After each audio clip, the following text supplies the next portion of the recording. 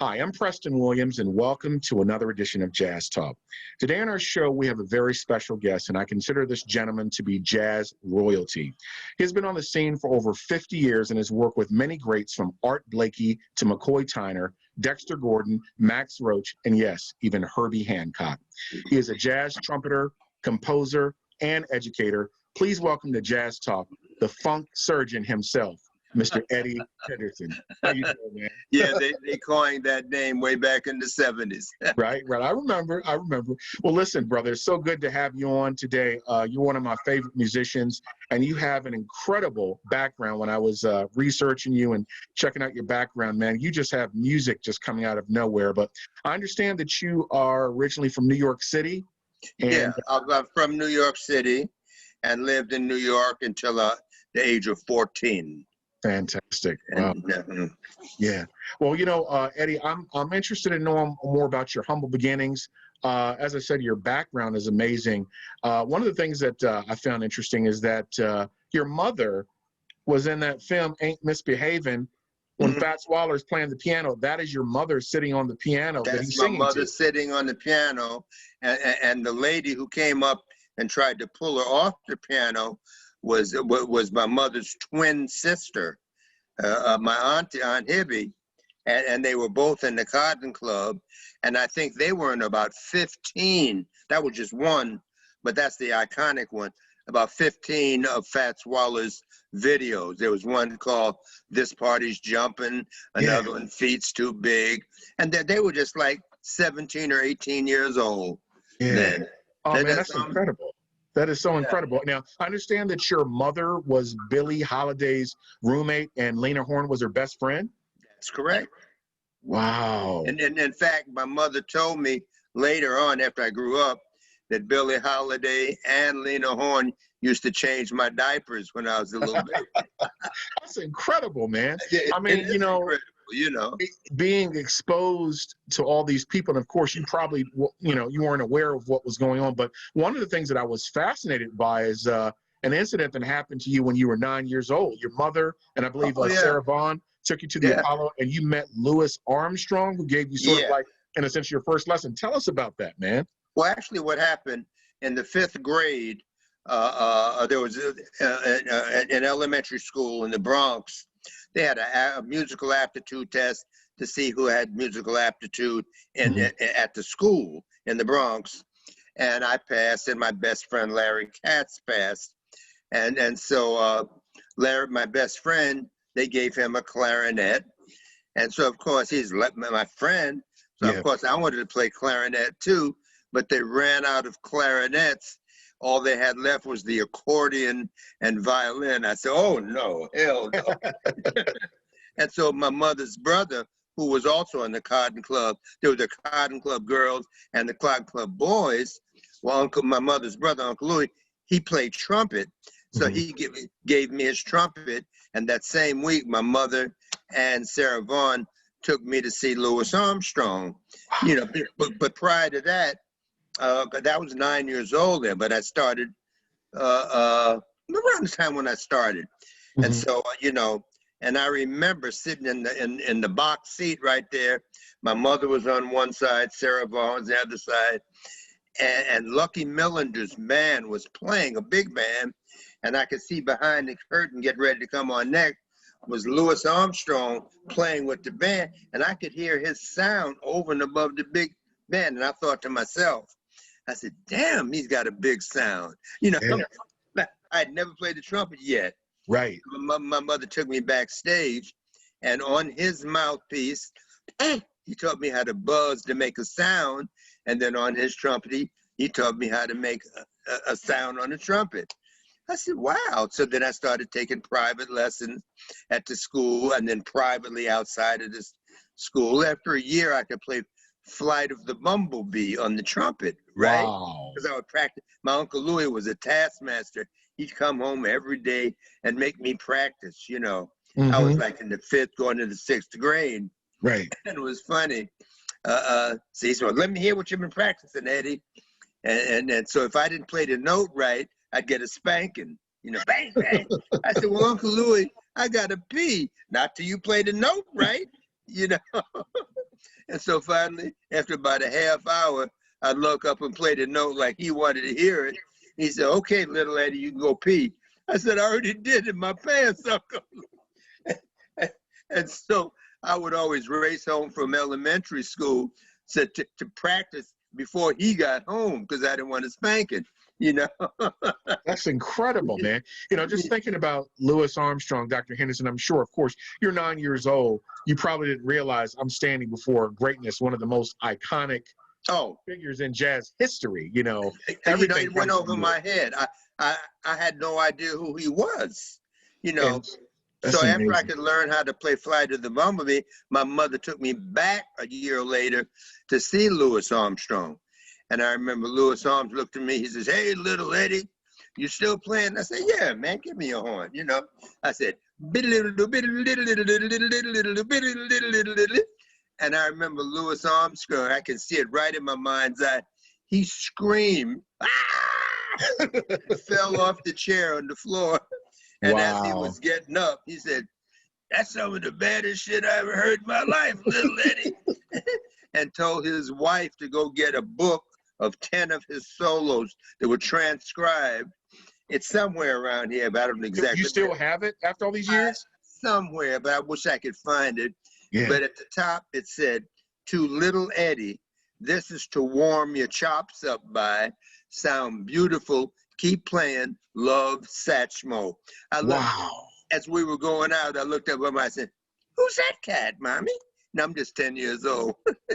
I didn't know it was going to turn into the rest of my life. Wow. Eddie, now let me ask you a question. That this probably would have happened, in 49? You said you were because you were born in 1940. So did you ever get a chance to see Louis again before he passed away? Because I think he died in 71. Did you ever run into him again or have a conversation? Those 2 times are the only 2 times I saw him in person. Okay. Yeah. Wow. As I remember. But so many iconic people, since my mother's in showbiz, she knew everybody. People like Duke Ellington, Count Basie, Sarah Vaughan, Sugar Ray Robinson, whose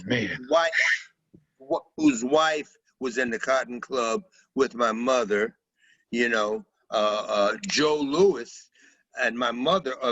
We used to come over the house, the Brown Bomber. And I thought these were just average people.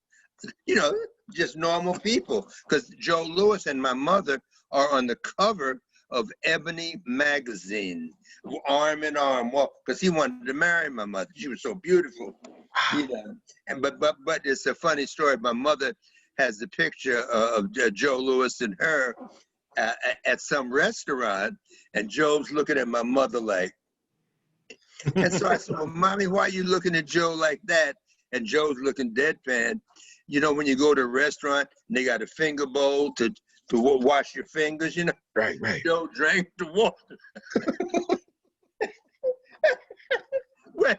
So my mother, she said he drank the water. She says, "Well, why did you drink the water?" Joe said, "I was thirsty." But man, that's incredible.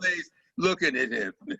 That's unbelievable. I'm just thinking about, Mr. Henderson, all these people that you were surrounded by. I don't think I've ever talked to a musician who was surrounded by greatness like that. I'm not even talking musicians, but you're around the greatest athletes, boxers, Sugar Ray Robinson and Joe Louis. I mean, that's unbelievable. But these people came over to the house. Dizzy Gillespie.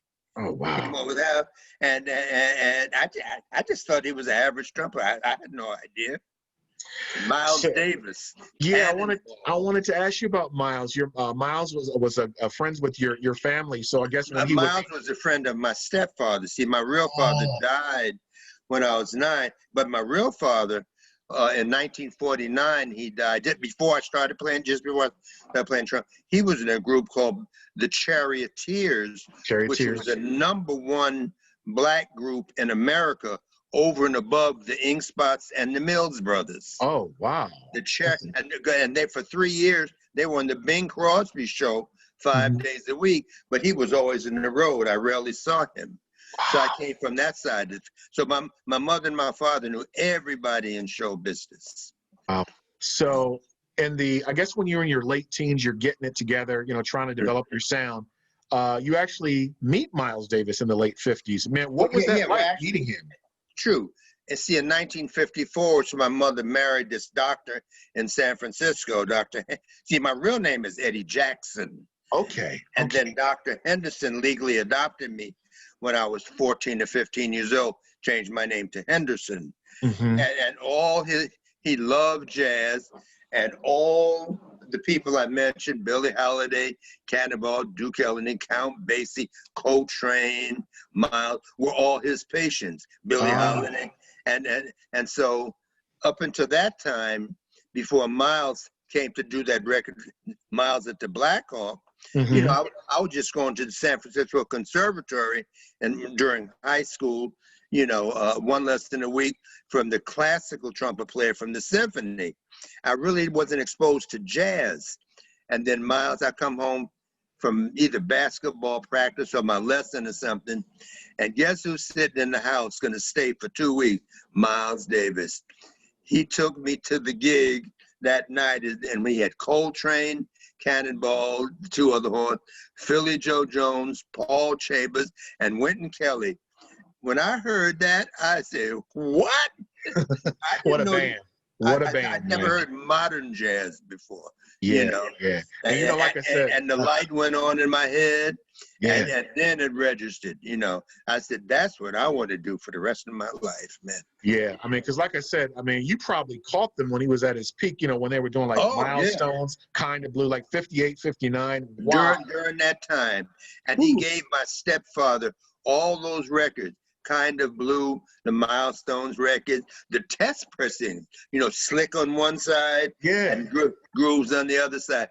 I wore those records out trying to play. And it's a funny story. Here's a real funny story. When I first met Miles, I'm still going to the classical lessons at the conservatory. My trumpet teacher, Mr. Howe, he was the first trumpet player in the symphony, played no jazz. So I asked him, I said, what do you think about Miles Davis, Mr. Howe? He said, he's a very good musician, you know. So Mr. Howe wanted me to come to see the symphony at Golden Gate Park, out, you know, symphony playing. So I went there, and I'm sitting in the front row at Golden Gate Park, outdoor play. The conductor taps the music stand, picks up the baton. A wind comes along, blows the music, all the music off the stand. That was the end of the concert. Oh, wow. And so I told Miles that night what happened. In his voice, he says, damn, they've been playing it for 400 years. They don't know it by now. Yeah, I mean, you hear that classical musicians tend to play what's in front of them, but I guess they don't know about improvising like a jazz musician, you know? Exactly. You know, Mr. Henderson, what do you think you learned more than anything spending that time with Miles Davis? What did he teach you? Well, he always told me to be myself. Now, when people talk about Miles Davis, they're always talking about, oh, you're trying to sound like Miles, like he dropped out of the sky or in a vacuum, just had his own style out of the clear blue sky. Miles Davis, everybody from that generation before I met him said Miles Davis was a sad carbon copy of Freddie Webster, whom Miles loved. Everybody is a derivative of their predecessor. And Miles tried to sound like Freddie, look like Freddie, you know, play like Freddie Webster, but not many people know Freddie Webster because he only recorded 8 bars of a tune, If You Could See Me Now, on a Dinah Washington album. So I remember Miles Davis, my stepfather, my mother, they said, little Eddie, we're paying all this money for you to go to the conservatory, play, you know, and so I played with the record Sketches of Spain for Miles. He just smiled at me, you know. And as he was leaving town that week, he says, he said, you sound good, but that's me. I said, oh shit, you know. When he comes back the next year, staying at the house, he opens the door, and I had found out in the interim that his idol was Freddie Webster. So I run to the door because I knew. Someone said, Miles is coming. So Miles looked at me and says, you still trying to sound like me? So I said, it whispered in his ear, I said, you mean Freddie Webster? Oh man. If you could have seen the look on Miles's face, he just grinned. And so Wow. Miles looked back at me and said, everybody's a thief. I just made a short-term loan. Oh man, that's beautiful. That's beautiful. Now, Mr. Henderson, I wanted to ask you about school. You're also a doctor, a psychiatrist, and you went to school again in California and also at Howard University. Interesting time. But one of the things that I was fascinated by, I guess during the '60s, man, you used to practice with Freddie Hubbard and Lee Morgan. Oh What yeah. was that? What was that like, man? Right. Let me tell you.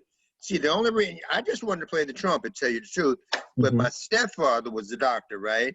And he didn't like me, and I didn't like him, and he would always try to put me down, and he would say, I'm a doctor, and that's the closest thing to God, and you're not as smart as me. You're going to be a bum on the waterfront. That just made me mad. I said, oh yeah, watch. So I went out of even though I just wanted to be a musician, I went out of my way to spite him, to show, hey, man, you're talking to the wrong person. Right. So I was going to UC Berkeley at that time, undergraduate. Then I went to Howard University, got my medical degree. That's when I fell in love with Freddie Hubbard and Lee. So every weekend I would drive, when I was off, I'd drive up to New York. Saturday, I'd be at following Freddie Hubbard and Lee Morgan around like a little puppy. I'd be at Freddie Hubbard's house, knocking on, come on in, man. He practiced. I'm just watching him, taking notes, Every Sunday morning, I'd be at Lee Morgan's house. Oh, man. And they let me got club hop with them or go to their game. They let me sit in with them, beat me up musically, I said, thank you. See you next week, Oh, man, that's fantastic. And just thinking about Lee Morgan, man, what a shame what happened to him. He lost his life in that. You saw that documentary, I Called Him Morgan? Yes, I did. In fact, the week before he got shot, or a couple of weeks, I'm club hopping with Lee in my little sports car, and his wife was in the back seat. And in my car, he gave the truth up and says, well, Helen, I love you so much, but I got to admit, I met this young girl and I'm in love with her. She started crying, Lee started crying, and I started crying. I had to pull over. She really loved him, though. It was a crime of passion. And your friend, Billy Harper was there the night when he was killed, too. He was right there. Yeah. He saw it, Man, that's something. Lee was so nice to me. Yeah. Really nice to me.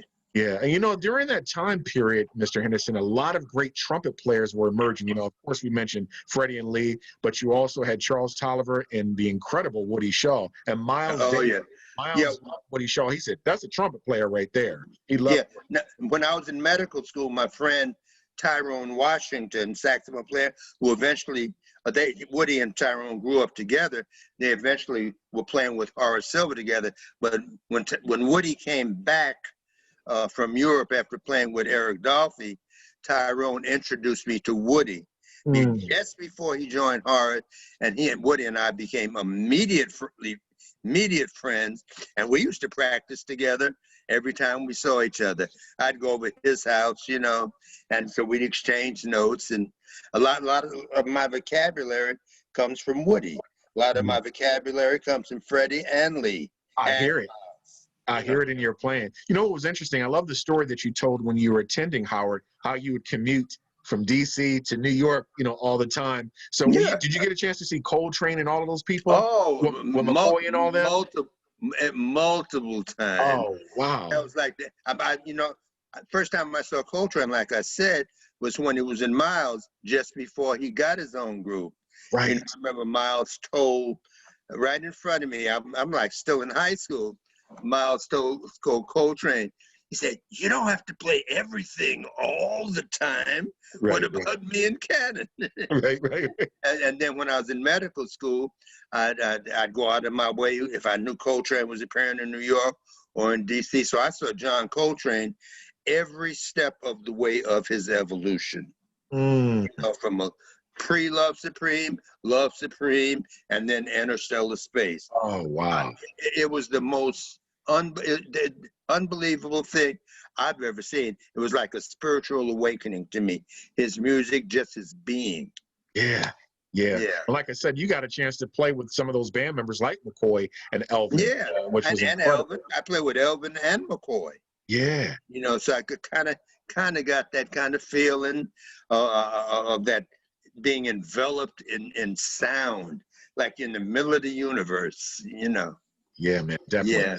One of the things that I guess happened for you, I mean, your career really took off, man, when you hooked up with Herbie Hancock, that M1 Oh my Dishi God. band. People are Oh still yeah. talking about that band today. The music And was, that was 50 years ago. it Can you was like, imagine? it was so futuristic, the music, Yeah. Mr. Oh Henderson. But yeah. I understand that Herbie was looking for a trumpet player for like a week or so. You got Yeah. I guess, the gig with him, and then boom, for those 3 years, you just Yeah. just amazing, Yeah. man. Yeah. Well, see, Johnny Coles was the trumpet player before I joined. He Right. was on sabbatical with Ray Charles, and I knew Herbie by going to see Miles, Right. but he didn't even know I was a musician. We just talked about sports cars. And then when he came to San Francisco, somebody recommended me. He said, "Oh no, he's a doctor." So I told her, "But just give me a chance for a week." That week turned into the rest of my life. That's It beautiful, man. changed my life, you know. Yeah. Because it opened the door. Because like Joe Henderson used to call me, Jackie McLean. They said, "Well, you play with Herbie, so obviously your credentials are in order." Yeah. You know? And so I didn't have to go up through the ranks and sit in and all that. I'd arrived in heaven right from Jump Street. Man, that is I so was very incredible. lucky. Yeah, that band, the music, like I said, people still talk about that band today. That was one of Herbie's greatest bands. And for Oh, that it's futuristic. yeah, Futuristic. Yeah. Yeah, it man. was unbelievable. But And then I got it. That was for 3.5 years. We worked like 10 months a year. And then after that disbanded, Herbie gave me another shot for 2 years playing with the Gershwin band, touring. So in my life for 5.5 years, I got to play with Herbie Hancock. man, that's incredible. You also played. Huh? Sorry, I'm sorry. What were we saying? Well, Herbie Hancock, McCoy Tyner, Kenny Barron, Larry Willis. I They're know, the man. greatest piano players on the planet that I know. But Herbie Hancock, he stands out of the crowd. Yeah, yeah. He's a genius, man. Like I said, Oh yeah. for He 60 has so many years. different ways of playing, and him accompanying you. It's just like he reads you like clairvoyant. Every thought, he's there. He's there, man. He's there. You also played with Azteca too, and I guess you Oh, played right, after right. after Lenny White left, because Lenny played with them, I think, before Return to Forever. But you played with them briefly. What was that like, man? Well, you know, I played with Azteca before I joined Herbie. Oh, Before I joined, because I was living in San Francisco, and Tom Harrell was the original trumpet player with yeah. Azteca. Tom Harrell moved to New York or joined Horace Silver, so they called me because I was the next best thing out there, you know. So I played with Azteca for 2 years, and then Herbie called me. Wow, Yeah. that's Oh, incredible. no. I'm sorry. And let me get this right. I played with Azteca after M1 Dishi. Wow, Yeah, after M1 Dishi. man, Yeah, you because played with everybody. when M1 Dishi disbanded, I moved back to San Francisco, and about a week later, Art Blakey called me, and I worked with Art for about 4 months. But you know, he wasn't paying the musicians, so I quit, Yeah, and then moved back to San Francisco.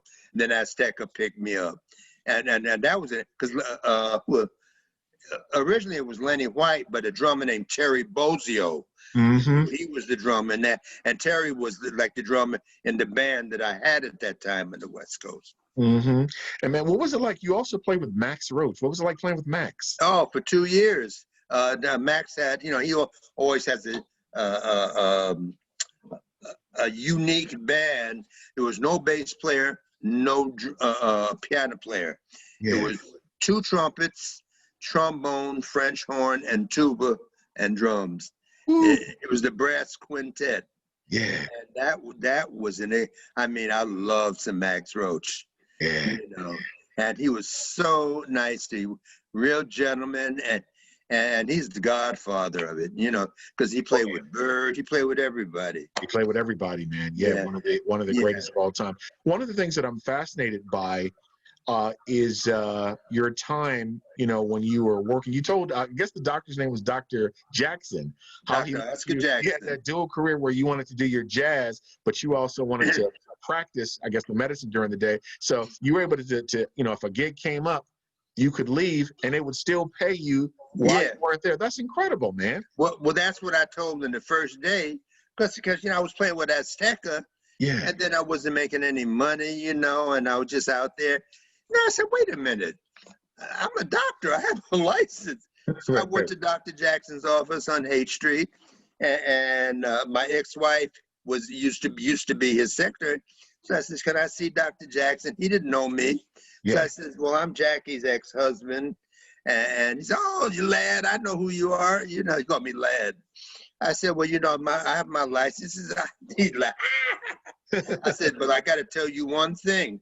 I'm really into music, and I have to let you in right now. If a tour comes up, I got to go, you know. So he laughed and said, wow, lad. Well, just let me be the bongo and come with you. That's cool, you know? So I would get like 6-7 week tours. He'd pay me full salary even when I wasn't there. My God. That's incredible, Mr. Henderson. That's incredible. So I had my cake and ate it. You know, you also told an interesting story. I know that you were with the group, the Cookers. You guys were in Baltimore recently, but when Keystone Corner was out in California, you didn't have to leave California because you were able to get gigs when people would come. They would say, hey, Eddie Henderson, you were able to just get those gigs, man. That was great. Yeah, because that's why I didn't come to New York. I didn't have to. I was practicing medicine during the day. George Coleman would come to the Keystone, work with him a week. Joe Henderson would come, Jackie McLean, Roy Haynes, you know. So why come Art Blakey, you know, Max Roach, Bobby Hutchison? Well, come to New York for what? Yeah. You play with the best of the best, man. That's great. You know, another story that I wanted to ask you about. You had a chance to spend some time with the great Thelonious Monk for, I guess, when he was for like 6 months or so, I guess, when he was in hospital. What was that like during that time? I mean, was Monk at a state, Dr. Henderson, where he was not able to speak anymore? Because you were actually taking him to his gigs, you know? True. Well, when he came in, I was on call that night at the hospital, and this was during my psychiatric residency after I finished medical school, before I practiced at Dr. Jackson's office for 12 years. So when I was doing my residency, about 4 in the morning, they called me, and they said, well, Dr. Henderson, I'm asleep, right? They said, you have a patient? I said, oh, shit, you know. So I come down, open the door, said, oh, my God, that's Monk. Myself, you know. And so his wife Nellie brought him in because he wouldn't dress himself, he wouldn't talk, just kind of catatonic for whatever reason. I didn't know. So being a psychiatric resident, I'm supposed to say, why are you here, Mr. Monk? That's the traditional what a psychiatrist is supposed to say, being a blank screen, right? So he's playing with that little ring he's always playing with. The ring said M-O-N-K, Monk, right? So he wouldn't talk. He turned it upside down and said, Monk, no. What? Wow. But M-O-N-K, when you turn it upside down, one of the letters is like a Greek letter, it's backwards. But that's all he would say. Yeah. So me knowing who it was, I said, oh, I dig. Okay.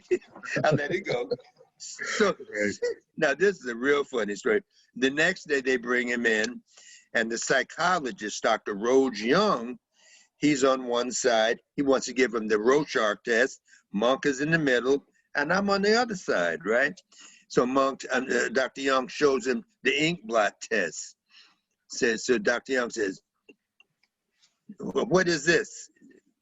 Monk wouldn't respond at all. He just gritted his teeth and played with the ring, you know. So next plan B, give him a picture of a little boy, look about 9 or 10 years old, looked at me, and the mother and father figure standing over him looked to me as if to say, you better practice, you know. So Yeah. Dr. Young looked at Monk and said, "What does this mean?" Monk looked at me. Now, Monk, you got to realize, Monk's in the psychiatric hospital. Monk looked at me and said, "Is this MF for crazy? It don't mean nothing. It's just a picture." You know. You know what's interesting, Dr. Henderson? I wonder what he was able to actually understand. Do you think he understood some things and he could talk, but just maybe didn't want to deal with people, or he was just at a point like, I'm only going to talk when I want to talk, or if I want to play music. You know, what do you think was going? He would not talk lucid like you're talking to me right now. He Right. wouldn't talk like that. He would go in and out of lucidity, but sometimes he'd go back in, and you wouldn't know where he was at. So when he finally, he told Dr. Young, "Okay, the little boy is really drugged." You know, Grimacing playing, but Monk looked at me and winked, you know, on the QT. So Dr. Young said, "Really, Mr. Monk? Why?" Monk looked back to me and winked, and excuse my language, this is what Monk said though. He said, "Yeah, he's really drugged because his mother won't give him no more pussy." And Dr. I swear to God, man. I swear to God. And so Dr. Young dropped the clipboard. Monk got up. You know, I used to twizzle in the movie. He said, "You call me, I'm going back to bed," and twizzled out the door. Wow. Let me ask you this, Dr. Henderson. When you were taking him to his gigs, was he still able to play a little bit, or what was going on with him musically at that time? Well, you have to understand now, by that time, they were like, because they really didn't know who he was. I knew who he was. And so before they found out who he was, you know, if you or I took 50 or 100 milligrams of Thorazine, it would knock us out for a day. Traditionally, when they don't know what's wrong with the person psychiatrically, they take them up to 3,000 milligrams a day. And when they start to go to sleep, that's the indicator of how out they are. Within 6 days, they had Monk up to 3,500 milligrams a day. 100 would knock you out. Right. And then they put him on shock therapy also, you know. And so after that, I finally told him, this is a musical genius. So he had got a gig at the Keystone Corner in San Francisco. So they allowed me to take him to the gig and bring him back that night and report to the staff the next day. So now 3,500 milligrams of Thorazine and shock therapy, which triples the effect of the Thorazine, he still couldn't sleep. So on the way to the gig, I told Monk, he's sitting in the car with me, gritting his teeth, playing with the ring. He said, "Yeah, Doc, I heard you play trumpet. You want to play?" I said, No, Mr. Monk. No drugs, no alcohol when you get to the gig, okay? He gets out of the car, goes straight to the bar, orders a triple Jack Daniels chased with a beer, goes in the back room, orders a gram of cocaine, splits it in half. Each half a gram would be a 1 in each nostril. Now he's sweating like he jumped in a pool, twizzling going up to the bandstand the whole night. I swear to God. He would push the piano key far enough down not to make a sound, not to make a. So I have to take him back to the hospital. He gets in my car soaking wet and looked at me and said, "That was a good night, huh?" Oh, boy. So I had to report the next day. They said, "Well, how was it?" I said, "I guess he's back to normal." If it wasn't for that, they wanted to lock him up in Napa State Hospital for the rest of his life. But I signed the discharge diagnosis, Thelonious Monk diagnosis, schizophrenia, unclassified type, discharged. Wow. Yeah. You know, Dr. Henderson, I was going to say, you are probably the only musician that really got a chance to spend that quality time with him in his later years, you know. Amazing. You know, I had his son on about him a few weeks ago, T.S. Monk, and he just amazing stories he was telling me. And of course, they just found a recording on Monk Wow. from 1968 that they released. That's unbelievable. It's incredible recording. Oh, he was genius. Oh yeah, he was. He would play on the psychiatric ward piano for the patients. Wow. Yeah, and I would watch him in the day room. Monk would be playing, as he liked to play, so hitting it with his form, and some of the patients would be like that. Yeah. Other patients would be saying, "No, no."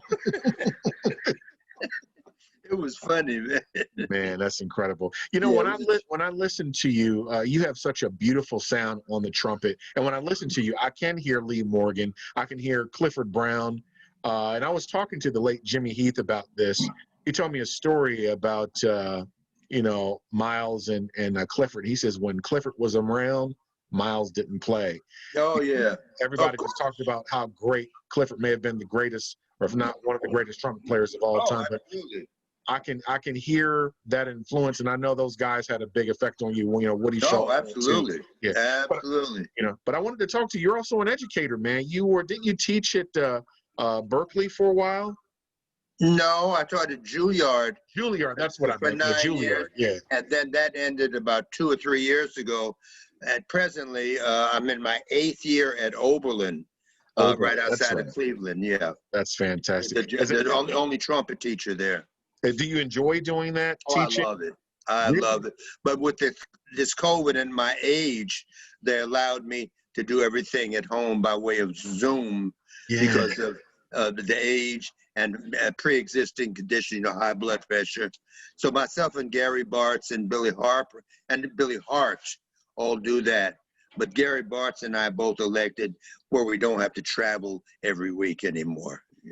Yeah, man, I wanted to ask you, how did you get involved with this group, the Cookers? Because I've caught you guys numerous times. What a group. I've had Cecil McBee on here, of course. Right. And I've been talking to Donald Harrison a little bit, too. Of course, I had Billy on, but what a fantastic group. Oh, yeah. How'd you get involved with that Well, band? it's a derivative of the original Cookers, Night of the Cookers with Lee Morgan and Freddie Hubbard. That's right. You know that record? Yeah, that's like from 59 or 60 or something like that. No, yeah. that was in 64. 64, 64, 65.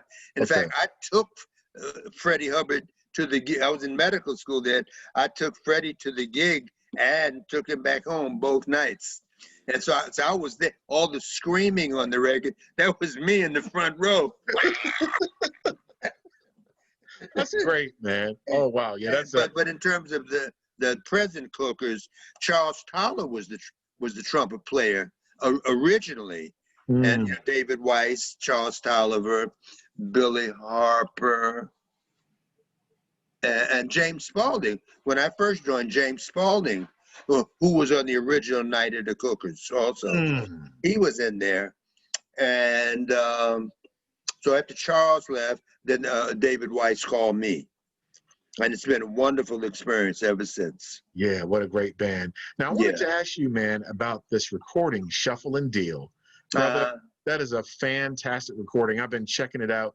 And you got my guys on it, man. Kenny Barron, who I've had on the show. Oh, of course, that's Donald my Harrison. heart. Yeah, he's one of the greats. Oh, he's all the consummate professional musician. Yes, he is. Yes, he is. I had the opportunity to play in when I first moved back to New York, I played in his quintet, myself and John Stubblefield, Victor Lewis, and David Williams for 6 years. Wow. Yeah, man. Just some great stuff. But I love some tunes on there. I like what you did with them. I know that you talked about Nat King Cole, how you like Smile, his version of Smile. Oh, do that. Oh, yeah.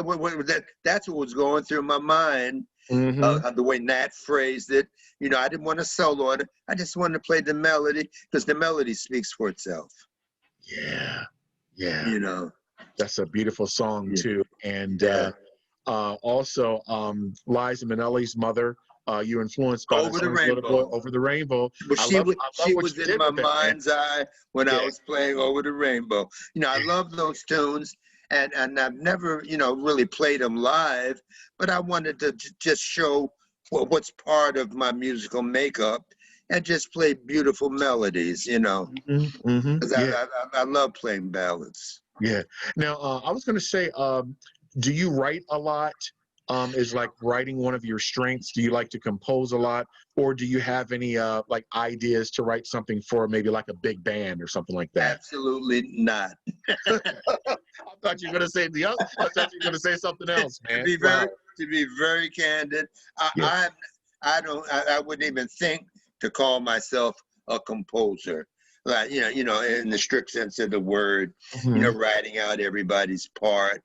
I take my quote unquote composing is more or less how Miles Davis conceptually composes. I write, how would you call this?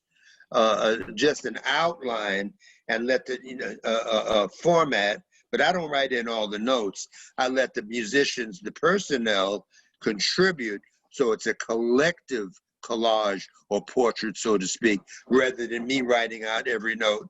Then it's just a self-portrait. I think a collective portrait with everybody's contribution makes the scope much wider. Yeah, Yeah. yeah. Yeah. And Mr. Henderson, speaking of Miles again, you were really influenced by his fusion stuff. I mean, like Bitches Brew and Oh Live League yeah, on that period. I was doing some absolutely. research on him, and they said that Miles is one of the only musicians to change the course of jazz like 5 times. Oh He's yeah. always at the cutting edge of everything. And when you think about it, he was a great trumpet player. His spacing and how he used space, Yeah, but absolutely. and he'll admit to you, he wasn't technically the best trumpet player. He didn't have No, that he Clifford was not a Brown or Booker Little or exactly. Oh somebody. man. It's funny you mentioned Booker Little. I had Charles Tolliver on about a month ago, and he said he caught Booker one time. He says, "Man, that guy was so great. It's a shame he died young, but just an incredible trumpet Take player." that, a trumpeter. Even Freddie Hubbard said that Book Little was the greatest trumpeter he ever heard. And can you imagine Booker only played, he died when he was 23, Yeah, started playing trumpet when he was 14, only played trumpet for 9 years, but not to think of the advanced futuristic music he wrote. yeah, yeah. I know. That's what's astounding. And Slide Hampton told me that when Booker and Freddie first moved to New York, they both were in his nonettes. And so he'd pit them against each other. And so Freddie, you know how he would double up? Yeah, Booker would double up on that. And then Freddie would quit every night. And so that's what really made Freddie Hubbard get his stuff together. They said Booker Little rip Freddie a new behind every night. and what'd you think of Fats Navarro? Oh, great, great. Fats Navarro and Dizzy Gillespie during that era, the bebop era, what was the top echelon of playing the trumpet. Yeah, Oh yeah, yeah, in that genre, the bebop. yeah. Like Art Blakey would always tell me, they call him Fat Girl. You know, Yeah. it's because he had a high voice like that, so that's why they call him Fat Girl. And Art Blakey would say, Fat Girl had that punch. Yeah, yeah. He's another one that passed He away had a really, really beautiful young. sound too. Yeah, Clifford Brown used to go over to Fat Girl's house and practice, and Lee, when he was 14, used to go over to Clifford's house. Just wow. like I used to follow Lee and Freddie around, Lee used to follow Clifford around. Clifford used to go over to Fat Girl's house. Yeah. Dr. Henderson, did you ever get a chance to see Clifford perform before he passed? Because he died I so young. never saw Clifford in person. However, when I was 16 or 17, Max Roach, my stepfather, Dr. Henderson, he took me to see Max Roach at the old Black Hawk, Max Roach with Booker Little. But he played so much trumpet, it's like my brain was overloaded. I just couldn't compute. Yeah, I just had to back off. My yeah, brain couldn't stand it anymore. It was like a computer. He never missed, and just so clean. It almost made me nauseated. yeah, yeah, yeah. I Like I said said, and only played the trumpet 9 years before he died. that's But amazing, he man. practiced 16 hours a day, every day. And Freddie Hubbard said he practiced maybe 7. He said, but damn, I wanted a life.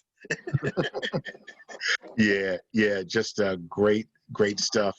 Oh, I wanted to ask you, man, if I were to come over to your house and just hang out with you, Eddie, and you're just relaxing, listening to music, what is Eddie Henderson listening to right now? What type of artist, or who do you listen to when you're not maybe touring or you're just relaxing at home with your wife? do you know that's a very good question. When I was much younger, I used to constantly listening to records, trying to cop licks off the record and stuff, going out and hear as many people as I could. Mm-hmm. But as I get older, and I remember, I thought it was weird because Sonny Rollins, years ago, he told Booker Little, because Booker, when he was young, when Sonny first met Booker Little at the YMCA in Chicago, before Booker joined Max Road, Sonny told Booker Little, don't listen to records. It takes away from who you are. Wow. Well, you know, and so I thought that was weird. But now lately, you know, like I said, when I was much younger, I was just tried to listen. Everybody try to be like everybody, try to play like Lee, play like Freddie. But as of late, you know, I've all that's part of my musical being. But as of late, for the last few years, I don't listen to records anymore. Mm, mm. You know, I try to find, because Miles always told me, because there's infinite number of souls, find out who you are. Yeah, yeah. You know, everybody's a derivative. Like John Coltrane, when he first joined Miles, his idol was Dexter Gordon. Yep. You know, everybody has the predecessors, but then you reach a certain point, you can play like your predecessor, you know. But the name of the game is, in this ethnic tradition of music, is find out who you are. That's right. And so I kind of backed off to listening so much, looking out. I'm trying to look within now and find out my musical signature. Yeah. Not egotistically, but just to convey who I am. Mm-hmm. You know, good point you make, because Sonny Rollins did that. That's why he kept taking those sabbaticals. He would just go away on that bridge and practice and, you know, get away from everything, you know. Because you could look on the outside for a long time and all like the way, and then try to play like that other person. But you're missing the whole point. Just like Miles Davis told me a long time ago, he came to hear me play with Art Blakey one time. Yeah. And I tell this to all my students. Miles came backstage and he said, Eddie, you sound good, but stop trying to play the trumpet and play music. Wow. Whoa. That's profound, man. Wow. Whoa, what a mouthful. Because you can spend a lifetime trying to play the instrument, and you're missing the point. Wow. The instrument is just the vehicle through which you express yourself. Yeah. Stop trying to play the instrument, because you spend a lifetime just trying to play the mechanical instrument. The idea is play the instrument, but then look past your nose and play music that through the instrument. Right. Whoa. That's profound. Isn't that profound? Man, listen, I want to thank you so much for being on Jazz Talk. You're a treasure. Love you. Love your music, man. And thank you for educating me today and just sharing this space. Hang on, I'm about to close out the show. Okay. Well, you've heard it from the great Dr. Eddie Henderson. And as the saying goes, if the music grooves and makes you move, it must be jazz. I'm Preston Williams with Jazz Talk signing off. Peace. Thank you.